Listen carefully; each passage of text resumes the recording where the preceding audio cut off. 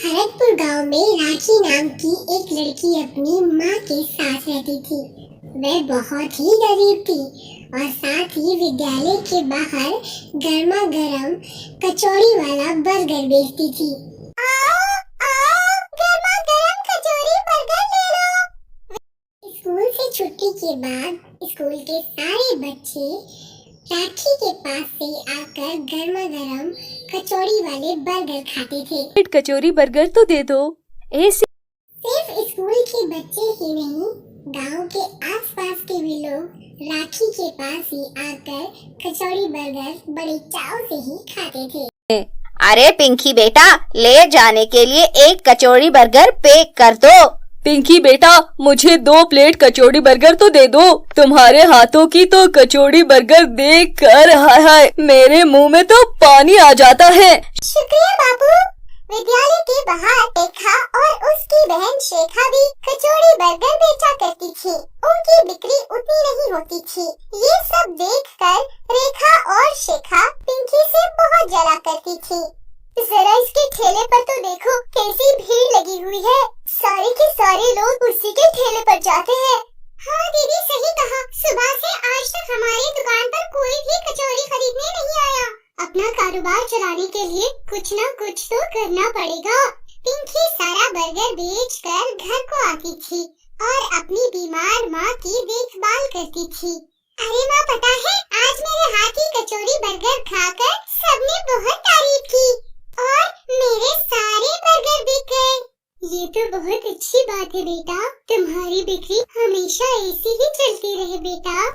कुछ दिनों बाद राखी की माँ की तबीयत बहुत ज्यादा बिगड़ जाती है और पिंकी उसे सरकारी अस्पताल में ले जाकर उनका इलाज करवाती है, जिसके कारण वो कचौरी बर्गर की दुकान नहीं लगा पाती। उधर रेखा इस बात का फायदा उठाकर लोगों को अपनी तरफ बुलाने लगती है। अरे आओ आओ, मेरे कचौरी बर्गर एक बार खाओगे तो बार बार आओगे। अरे रेखा दीदी, मुझे 1 प्लेट कचौरी बर्गर दो।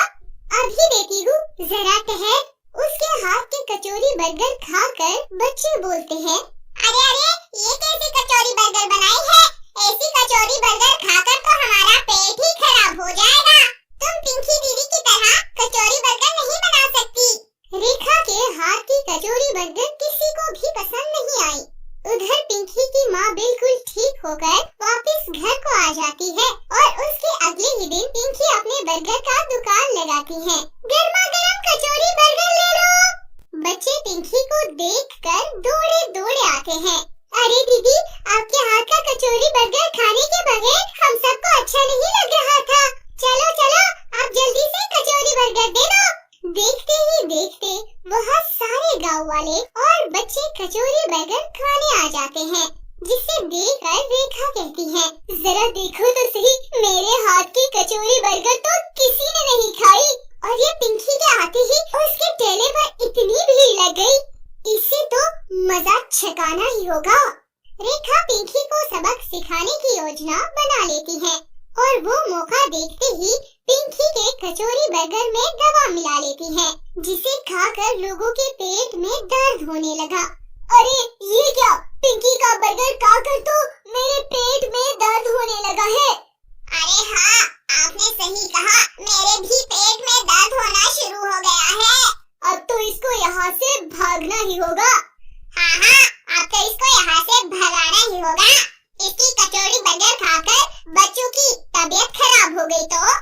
गांव के लोग पिंकी को वहाँ से भगा देती है और पिंकी अपने ठेले को लेकर रोते रोते वहाँ से चली जाती है। ये सब देखकर रेखा बहुत खुश होती है। अब आया ना उन पहाड़ के नीचे बड़ी आई थी कचौरी बर्गर बेचने वाली। पिंकी आगे जाकर एक पेड़ के नीचे बैठ जाती है और रोने लगती है। अब मैं अपनी माँ का इलाज कैसे कराऊंगी? मेरा कचौरी बर्गर तो आज बिका ही नहीं। ऐसा इस कचौरी बर्गर में मैंने क्या डाल दिया? वहाँ से एक बूढ़ा पिंकी के ठेले को देखकर पिंकी के पास आकर कहता है, बेटा मुझे कचौरी बर्गर दे दो, मुझे बहुत भूख लगी है। नहीं अंकल, मैं ये कचौरी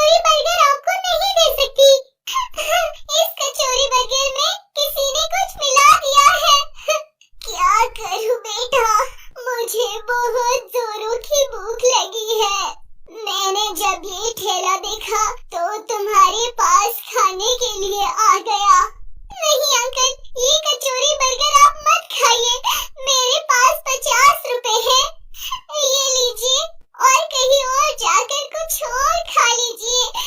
उस बूढ़े को पिंकी का व्यवहार बहुत अच्छा लगता है और वो बूढ़ा उस कचौड़ी बर्गर की तरफ देखकर अपना हाथ उठाता है जिसमें से कोई रोशनी निकलती है और वो जादू करके वहाँ से चला जाता है।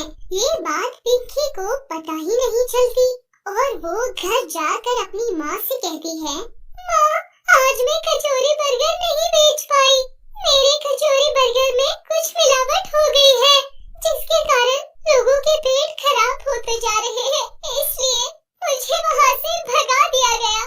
क्या कचौड़ी बर्गर में मिलावट?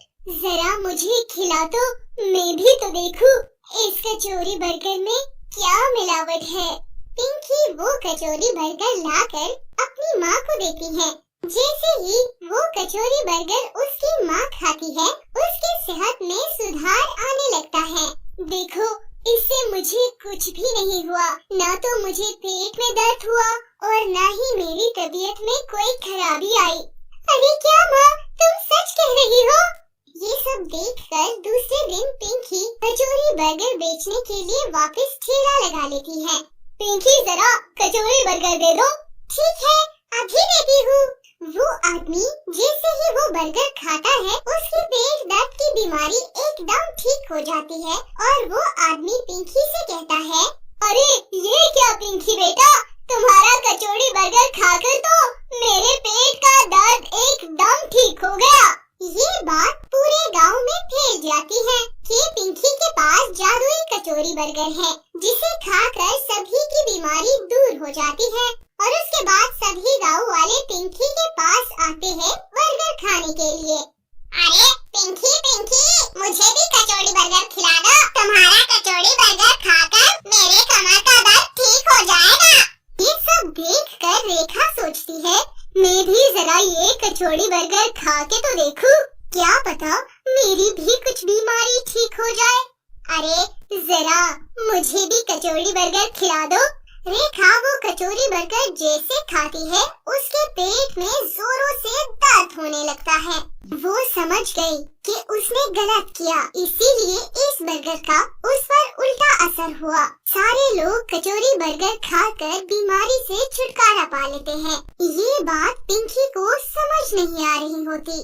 फिर एक दिन बूढ़ा फिर से पिंकी के पास आ जाता है। पिंकी बेटा, मुझे 50 की कचौड़ी बर्गर दे दो। अरे अंकल, आप वही हो ना जो उस दिन मुझसे कचौड़ी बर्गर लेने आए थे ना?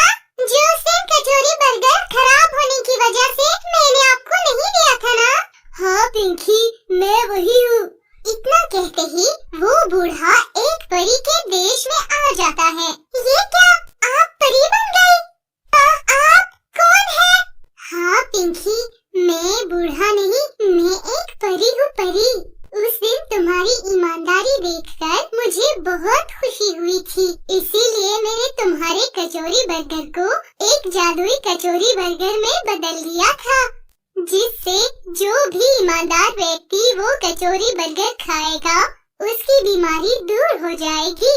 ये बात सुनकर पिंकी बहुत ज्यादा खुश हो जाती है और धन्यवाद कह देती है। वो उस जादुई बर्गर से अपनी माँ और गांव के बाकी लोगों की सेहत ठीक कर देती है।